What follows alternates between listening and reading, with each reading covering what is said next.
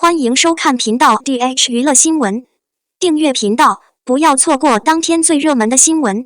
我们今天的时事通讯涵盖以下内容：李现大意，为杨紫站出来澄清事实，被于正内涵没演技。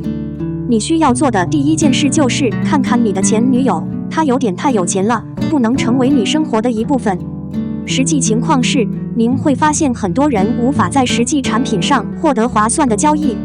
当时还在各个剧组奔波的李现，还过着没下一顿饭的生活，自然满足不了女友的高品质生活。结果可想而知，女友正在找好下家的伙踢李现后，被女友甩了。他暗暗发誓一定要先人一步。但对于一个没有背景的普通人来说，想要成功并不容易。运气好的话，1个月就能拿到一个角色；运气不好的话，10多个月都没有戏份。最穷的时候，他口袋里只剩38.2元，因为名气不大，其他艺人都坐车接送，他只能靠剧组的餐车混日子才能到片场。好消息是，所有的努力都会得到回报。出道第8年，终于捧红了心爱的人，各种剧本找上门来，还接了高奢代言。但李现并没有忘记初心，因为他无比清楚，一个好演员最应该做的就是专心演戏。首先要做的就是脱掉裙子，看似冷漠，实则是给了李现柔情。自从李现和亲爱的火了之后，就一直被诟病是被杨紫带大的。尤其是游走在八卦风口浪尖的于正，更是强调只要有杨紫在，演员就不用担心火了。表面是在夸杨紫，实则有贬低李现之嫌。于正说这话的时候，亲爱的这部剧火了，而于正采访的话题也是围绕着李现走红的。结果于正来了一句，演戏没演技也能带火，你说这句话没有一点内涵李现的意思，你信吗？事实是，如果你有很多人一直在使用这些词，那么这肯定会引起2个粉丝之间的争斗。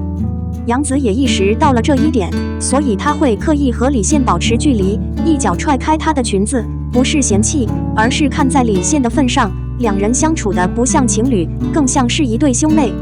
在杨紫被赚被欺负的时候，李现也第一时间站出来辩解。2020年6月，一则杨紫求职的消息传遍了网络。当时别的艺人都不敢为杨紫站出来，生怕自己卷入其中，但李现不怕。就在这件事情闹得沸沸扬扬的时候，李现恰好接受了采访，谈到了自己对粉丝的看法。而在这个敏感的时间点，他特地提到了杨紫。看着为杨紫挺身而出的李现，不禁觉得嘴巴长的男艺人真的很加分，而且两人的感情也真的很让人羡慕。敢跟媒体闹翻，李现已经定了无法与红色打劫。2020年，李现受不了跟踪自己的狗子队，训斥了他一顿。跟踪他的媒体透露，李现前后训斥了他们3遍。公司的主要目标是为客户提供最好的服务。当时网友们一致认为，李现既然走上了艺人的岗位，就必须承担做艺人的后果。再加上媒体不断曝光这段视频，让一时红红火火的李现岌岌可危。事实是，真相并没有人们想象的那么夸张。当李现找到跟进的时候，就和蔼的让他们不要再拍了。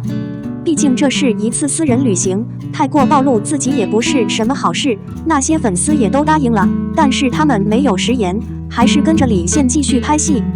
其中第一个是故事中最重要的部分。被李现这样对待的人，自然是心存芥蒂。在他们的影响下，李现成了一个脾气暴躁的艺术家。这件事很像10年前的反同性恋事件，当时有人拿了李现的照片，频频出现在男同频道，还掩护到合适的人身上，想把李现变成一个弯的。这让当时的李现苦不堪言，于是发声澄清自己不是弯的，是反弯的。或许后半段的说法考虑不周，让那些人炸了锅，指责李现不是。但他们似乎忘记了，李现之所以这么说，是他们不顾一切后果造成的。最后，李现因为这个说法遭到了某个群体的抵制，他现在还不能为自己辩解，因为他是明星。02，国民少女变美史，从不够美到完美反转，杨紫的美商够高。长大后就以这样的颜值进入娱乐圈，娱乐圈美女遍地，有这样的上位，确实有点不上档次。一家人中饰演母亲的宋丹丹在接受采访时直言，杨紫长得并不漂亮，我觉得她不行。这句话深深打击了杨紫，但是杨紫后来努力改善自己的外在条件，还演了很多爆款剧，那么她是怎么变美的呢？其实杨紫本身的状态还算不错，只是10几岁的时候有点微胖，但是在上镜的时候又会比较胖，让人看着会觉得有点胖。于是杨紫开始疯狂减肥拖体重。杨紫减肥，出演了电视剧《幸福来敲门》。这一次，她的脸型有了非常明显的变化，本来就是鹅蛋脸的，这么一减肥，两颊的肉少了，整张脸看起来瘦了很多。不过杨的脸还是有一点小瑕疵，前面说了她的鼻子有点偏大，圆圆的，而且她的骨相有点不完美，脸瘦了之后，有些角度看起来有点凹凸不平。此时的她虽然瘦了，但还没有踏入娱乐圈头部美女的行列。意识到自己脸型不光滑的问题后，杨紫去做了医学微整形，可以看出她做了填充太阳穴等项目，让颧骨不那么突出，脸型看起来更光滑。此外，她应该也给她较粗的咬合肌打了瘦脸针，让下半脸的宽度变短，看起来更瘦更完美。公司的主要业务是为客户提供范围广泛的产品和服务。在这部剧中可以看到，杨紫不仅调整了脸型，还拔了山根，鼻梁两侧收窄，鼻子不再是圆圆的大鼻子，看起来少了几分稚嫩可爱感觉，再加上瘦脸，比较符合剧中冰山美人的感觉。但是在看电视剧的时候，我们也发现可能一下子很多，没把握好度。紫姐的脸看起来有点硅胶感，看起来有点僵硬肿胀感，这应该是杨紫过头了填充前额并减少情况的出现。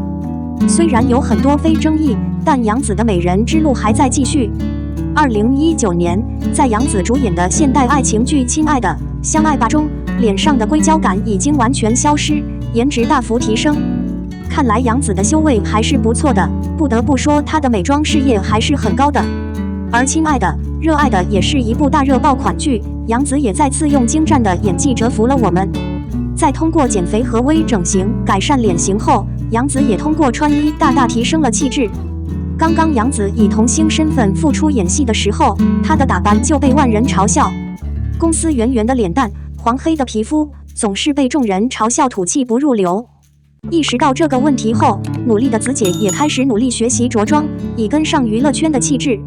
之前杨紫穿衣不时髦，也是因为身材不够好，以及皮肤有点暗黄的原因。减肥后的她露出小蛮腰和小肩胛骨，审美也进阶了，搭配团队精心挑选的礼服，完美凸显了杨紫的气质，整个人就像公主一样，那个也喜欢以前的小地球女孩啊。从刚刚进入演艺圈被打脸不自信，杨紫通过超高颜值一路逆袭，稳坐90花的宝座。杨紫虽然经历过被换下的挑战，但紫姐是她坚持下去的力量，一部大火的剧也把那些质疑她的人打脸了。杨紫的实力和美商够高，让我们期待杨紫有更好的作品，变得更美吧。03花琉璃奇闻，孟子义这个角色选得太绝对了，徐正熙还是不演神仙好。孟子义之前的黑料挺多的，加戏什么的咖喱，什么性格都不能，但是不得不说，这么多黑料，怎么看都不怎么看。有人骂他的演技也是挺厉害的。还有2个最大的黑料，个人觉得后面好像也算是澄清了追剧的问题，是陈爱令。个人一开始就是因为这个新闻，所以陈爱令火的时候没看，经过几乎1年多的剧荒来看，从这个坑里出不来。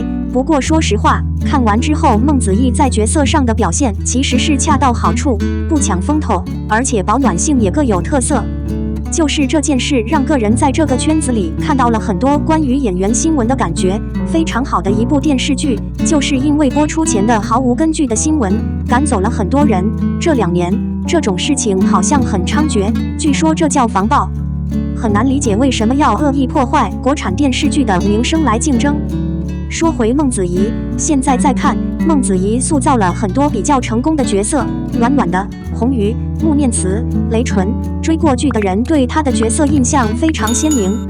虽然看起来她演乞丐的时候很偶像包袱，不想变丑，现在觉得虽然这不是为了现在的艺术感觉，但是人家以后放弃这种角色也不是没有可能，其他角色都定型了很久线吧。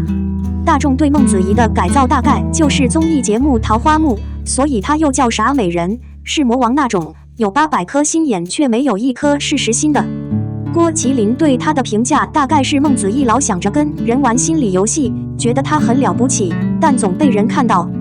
这确实是情商不太高的样子，排除情商高的可能都是戏，不过这好像不太可能。孟子义自己说，长着一张精明的脸，但脑子不匹配。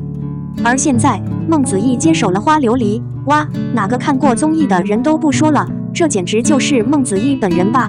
花琉璃才是孟子义最想成为的那个人啊！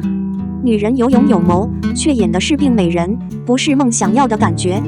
这部剧的播出真是趁热打铁，给孟子义一个助力。而且这部剧的女主不矫情不圣洁，不居高临下，在现在的小说界很火，古装剧中算是比较少见的女主了。毕竟有的剧还是在重复多年前无私的妈妈人设，实在让人难以接受。花琉璃的导演是一个很有说服力的人，人设鲜明、大胆、可爱，知识渊博，女性角色各有特色，不是女色竞争，而且没有一个人的角色穿搭也很鲜明。古装剧终于舍得用了发包，在妆容上做出的努力，电视剧这一圈的进步和适应似乎还是有些希望的。除了花琉璃，嘉敏郡主也是一大亮点，长得胖乎乎的可爱又动感，就是欺负花琉璃都觉得她太过瘾了。另一个亮点应该是侍女的妆化了，很多人都说秒杀了前2年古装剧中的王妃女主，可见这件事情导演也是真的用心了。再说男主徐正熙，他最火的角色就是护妖权臣啊，这个适合度真的不算太高。什么拯救3仙界这么大公无私的事情他不适合，就这种诠释在策划这个角色上，他的适合度实在是太高了。虽然演员们都喜欢挑战自己未演过的角色，塑造不同的角色，但能成功的似乎并不多，所以能好好耕耘一个角色，实属不易。我们的新闻部分文此结束，欢迎把你们的想法留在评论区，大家一起讨论一下。欢迎，也别忘了帮我点个赞加关注谢谢大家。